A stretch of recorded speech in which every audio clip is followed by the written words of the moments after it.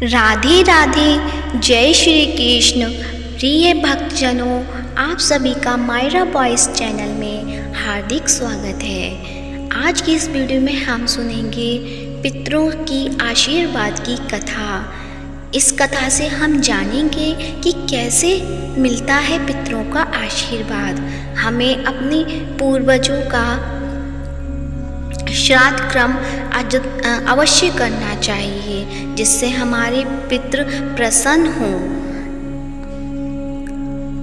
पितृ कभी भी अपनी संतानों को परेशान नहीं करना चाहते हैं। वे बहुत दयालु होते हैं, लेकिन संतानों की उपेक्षा से दुखी हो जाते हैं, क्योंकि संतान के द्वारा श्राद्ध कर्म और पिंडदान आदि करने पर उन्हें तृप्ति मिलती है और वे अपनी संतानों को धन धान्य और खुश रहने का आशीर्वाद देते हैं। पितृ ये नहीं चाहते कि उनकी संतानें उनको तृप्त करने के लिए बहुत कुछ करें। वे श्रद्धा भाव से किए गए श्राद्ध की खुशी के साथ स्वीकारते हैं। कहा भी गया है कि श्रद्धा के बिना श्राद्ध अधूरा होता है। इसी से जुड़ी है श्राद्ध पक्ष की पौराणिक कथा।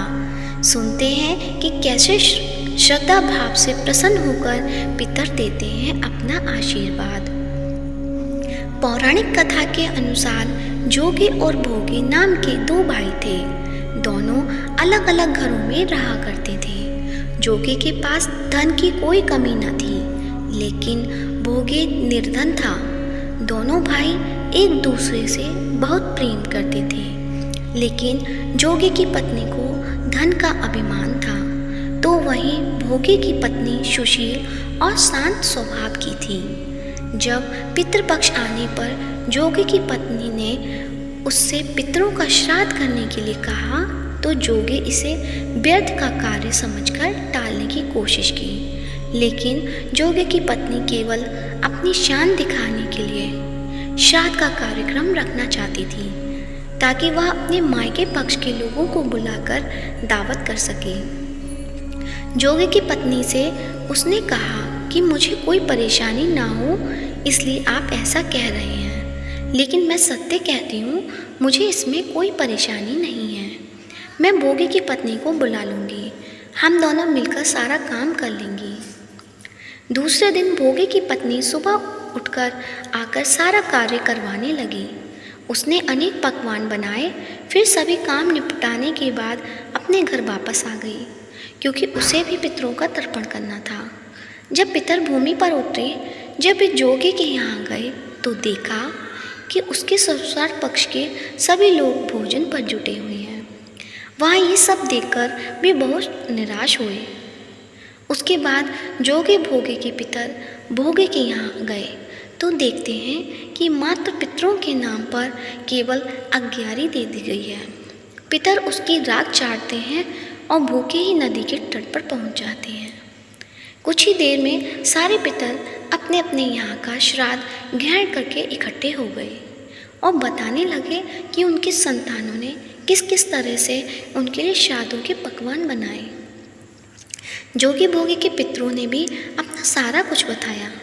उन्होंने सोचा, अगर भोगी निर्धन ना होता और श्राद्ध करने में समर्थ होता, तो शायद उन्हें भूखा वापस नहीं आना पड़ता, क्योंकि भोगी के घर में तो खाने के लिए भी 2 जून की रोटी भी नहीं थी। ये सारी बातें सोचकर पितरों को भोगी पर दया आ गई।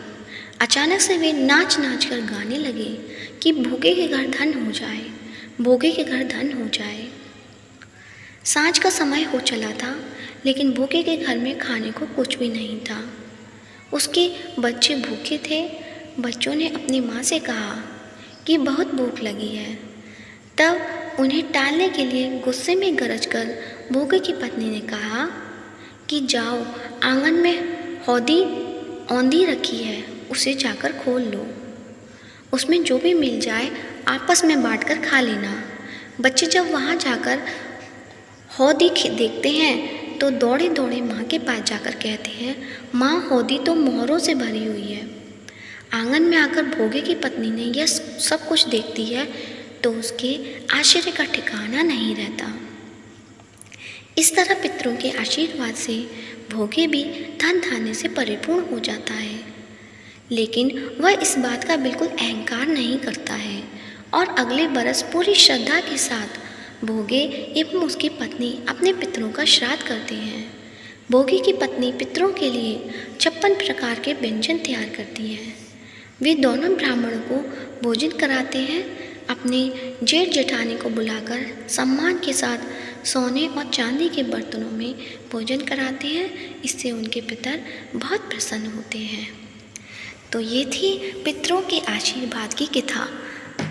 प्रिय भक्तजनों, आप सभी ने जाना होगा कि हमें पितरों का आशीर्वाद कैसे प्राप्त होता है। हमें अपने ऊपर अहंकार या अभिमान नहीं करना चाहिए, क्योंकि यह सब दिया हुआ ऊपर वाले का है।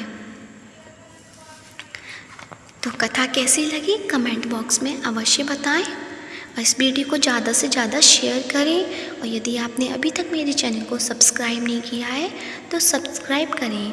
धन्यवाद।